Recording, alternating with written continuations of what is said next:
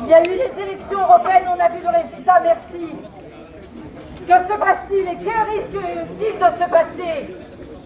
Microbe nous tend un piège dans lequel il ne faut pas s'engouffrer. Pour ne pas s'engouffrer, il faut se rassembler. Et se rassembler et se mobiliser. Qu'est-ce qui risque de se passer? Il risque de se passer que quand il va y avoir l'avancement de leur projet, en fait, toutes leurs promesses sont totalement irréalisables à 80%. L'abrogation des réformes de retraite qui étaient promis encore il n'y a pas si longtemps, eh ben, ils ont changé d'avis, ils vont laisser tomber finalement. Et encore tant d'autres choses, rien sur le rythme, et pourtant c'est vital pour une justice partout. Nous ne méritons pas, je parle pour ceux qui ont une situation très difficile, qui menacent directement leur vie. Elle n'est absolument pas justifiée. Nous sommes dans un grand film, un grand théâtre, où on vous fait croire que vous ne valez pas mieux que l'un que les autres. Et c'est ça qui creuse les différences et qui fait qu'aujourd'hui, nous avons plein de gens qui dorment dans la rue, dans les voitures. Est-ce que c'est normal en 2024? Ce n'est absolument pas normal. Et s'il n'y avait pas des gens comme nous pour dénoncer cela, mais qui le ferait? Personne d'autre. Il n'y a que la résistance qui le fait. Nous dénonçons également cette soi-disant baisse des TVA. Eh bien écoutez, je vais vous dire quelque chose sur les promesses qui disent concernant la baisse de la TVA, de l'augmentation du pouvoir d'achat, de la baisse de l'électricité et tout ce qui s'ensuit, l'inflation, le stop à l'inflation, l'arrêt de l'augmentation de la nourriture.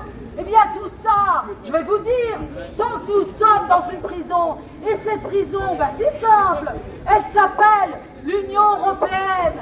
Madame Ursula von der Leyen, d'accord, qui a crié d'ailleurs il n'y a pas très longtemps, Monsieur Microbe, en le lâchant le morceau, qui nous tendait un piège. Vous imaginez ce que fait un président, il tend des pièges à son peuple. C'est ça un président. Mais quand est-ce que vous allez vous mobiliser et comprendre? Ici, une dame me disait, nous avons beaucoup de combats à mener. Et le combat, c'est aussi quand on boycotte et on fait de bons choix. Mobilisez-vous, ce n'est pas terminé. Aussi, nous allons voir que dans quelques temps et très rapidement, ils vont faire des promesses là-haut pour nous dire que nous allons cesser les traités de libre-échange. Et bien là, pareil, tant pis pour les agriculteurs, désolé pour vous, messieurs, mesdames, mais tant que nous sommes dans l'Union Européenne, tout ça reste impossible.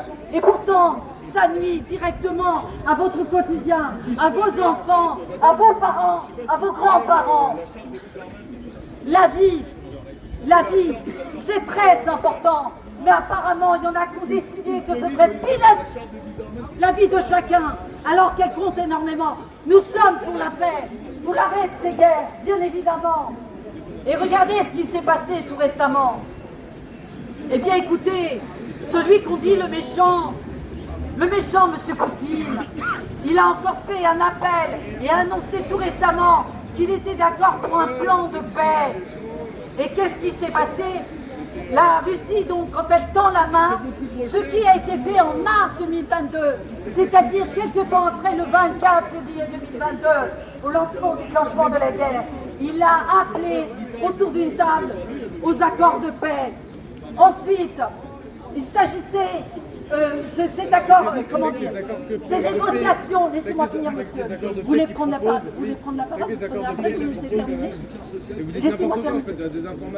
Vous me laissez terminer, Donc, ce qui a été fait en mars 2022, vous me laissez terminer, monsieur. Non, mais laisse-le, ne le réponds pas. On est en liberté d'expression. Si tu veux dire quelque chose, dis-le.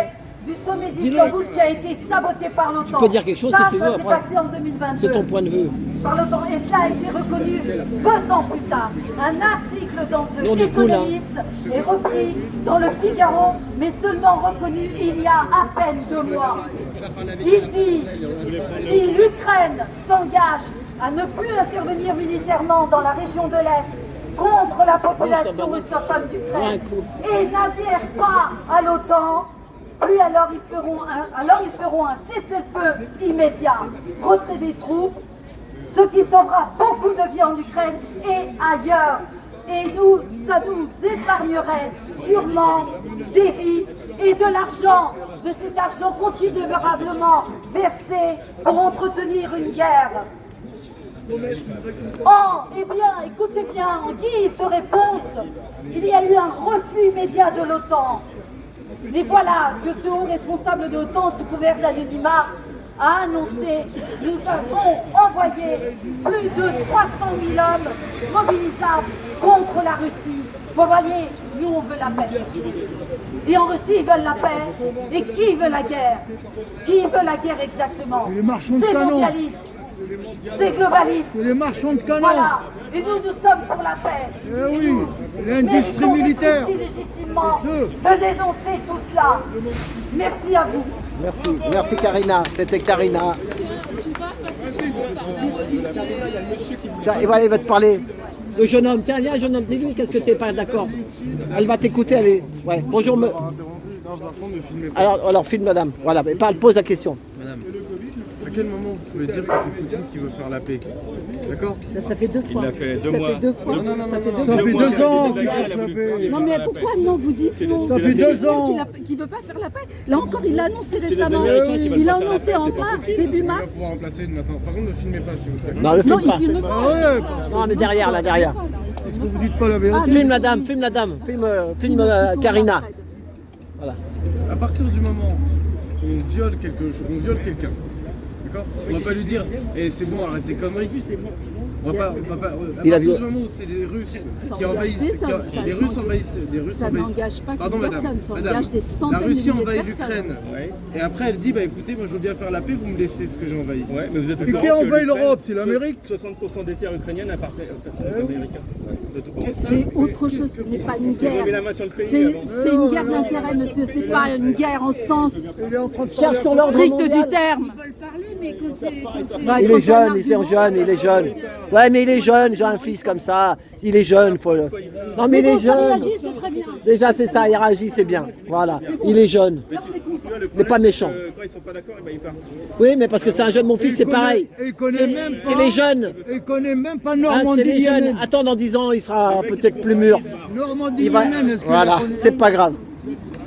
Voilà, allez, vive la jeunesse, réveillez-vous, c'est tout ce que c'est ça. Ouais, mais c'est les jeunes. C'est ça, ouais. Bon, allez, ben, on va faire cette partie-là et après on va faire une deuxième. Les gilets jaunes. Merci, ouais. Voilà. Allez, on repart.